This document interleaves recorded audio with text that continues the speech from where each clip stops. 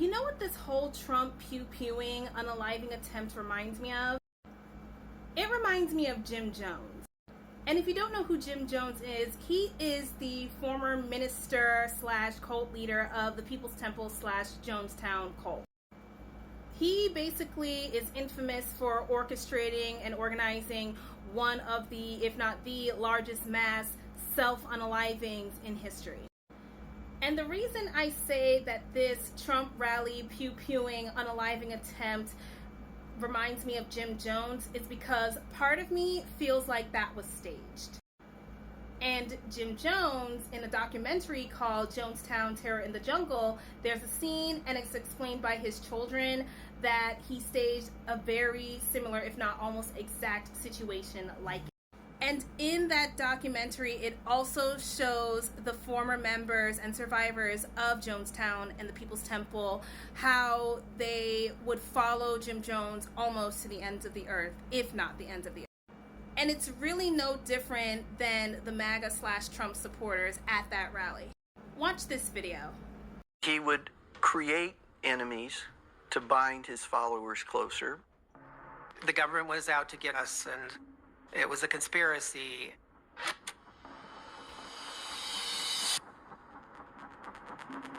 Look at all the people that have been killed. Look at all of our young people who are in prison. Actual events were used to solidify his position. And it was extremely effective because there was truth to it. They're going to put all the poor people away, and they're going to come for you. They're going to come for your children. There was so much paranoia about the ways that law enforcement was going to break up the community of People's Temple. They looked at themselves as people who were being persecuted from the outside. We ended up going to church more and more. Before you knew it, your whole life, it was all based around the church. Now we're in an isolationist mode, where Jim would tell us that that black people were going to be put in concentration camps. He's tapping into people's fears. He's tapping into people's insecurities. The paranoia was real in People's Temple. We lived through Martin being assassinated. We lived through Malcolm being assassinated. We lived through Robert Kennedy being assassinated. Assassination for leaders was something you thought about. Jim was saying that he was getting death threats because he was making such a difference and stirring up so much controversy in the community of bringing black people and white people together that he was a threat to the status quo. One Sunday service, I was out in the parking lot talking to someone. We're all out after church and we're having festivities. The kids are playing the basketball court. We got tables out for the meal in between church. Bright, sunny, beautiful day. We were enjoying ourselves.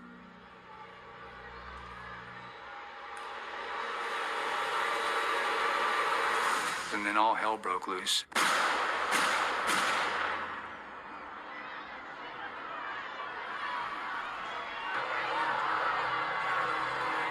People were screaming, "Father shot." There's blood flowing from his chest.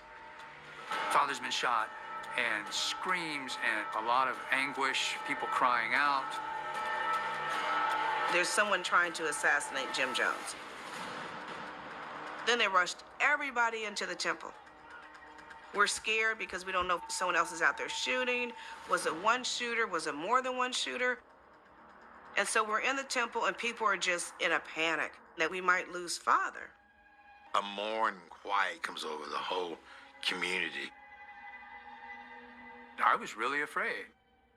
The idea of outside threat, the idea of them and us, if you weren't with us, you were against us, that was the message we heard constantly.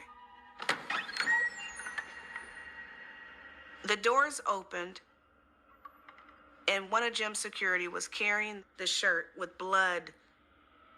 There's red stains on it.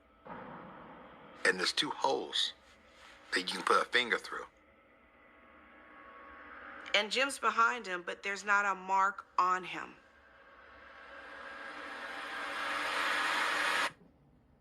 killed himself. You can put me into the noose, you can hang my body, but I'll spring up again. You cannot stamp me out. I'm here to stay. People are in a frenzy. I mean, crying, joyful, ecstatic. The energy was just electric. And we're thinking, oh my God, Father healed himself. Yeah, you've never seen anyone shot down as I was before your eyes with blood spurting from the body and healed themselves. Yet I, the socialist worker, did that. How many believe that I am the Savior? The only Savior.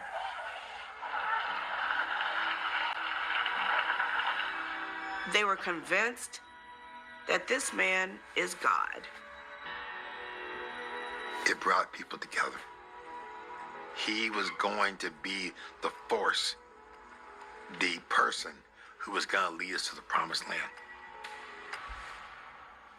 It wasn't until later that I knew that that was fake. Later on, I learned from my mother how that had gone down and that blanks were fired to fake this attack. I don't know how it was faked, but my father was always looking for ways to create drama so that he could be the savior and the champion within all that drama. Everything he did was a test to see how many people were going to stay and how many people were going to leave. So every moment he's pushing the envelope a little bit further, right? People were true believers. And you wanted to be, because you were going to change the world. I believed in him 100%, and I believed in who he said he was. I would follow Jim Jones anywhere, and I did. For me, there are just too many similarities between these two situations that make me question what was going on. But I don't know. You tell me what you think.